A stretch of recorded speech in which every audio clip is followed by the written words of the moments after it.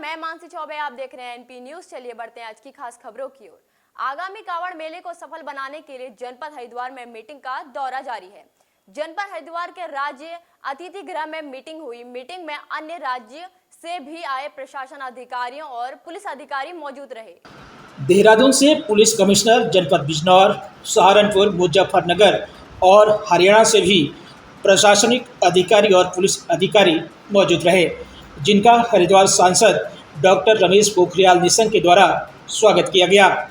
KS. Nagnyal, DIG Uttarakhand ने जानकारी देते हुए बताया कि मुजफ्फरनगर, सहारनपुर, बिजनौर और हरियाणा से अधिकारीगण मौजूद रहे।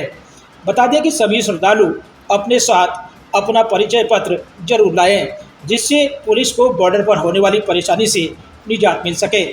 सुशील कुमार, कमिश्नर उत्तराखंड ने जानकारी देते हुए बताया कि आगामी कावड़ मेले को लेकर जनपद हरिद्वार के आसपास के जनपदों से भी जिलाधिकारी और वरिष्ठ पुलिस अधीक्षक मीटिंग में पहुंचे, जिनसे कावड़ मेले को लेकर विस्तार से चर्चा हुई।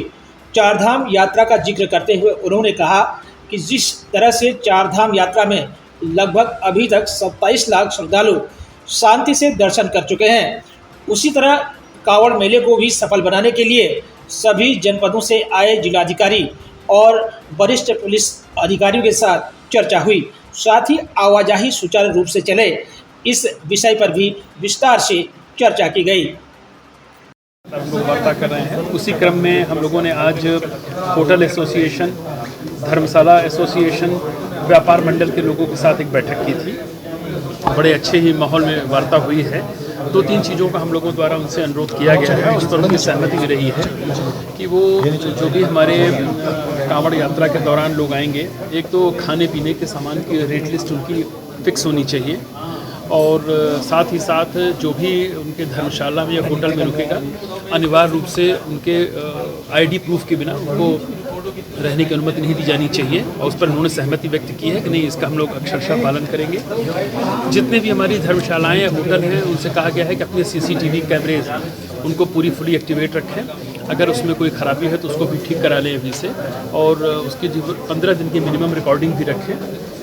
इसके अतिरिक्त आप लोगों से जो नए ट्रैफिक प्लान लागू किए गए हैं, उसमें भी सहयोग की अपील की गई है।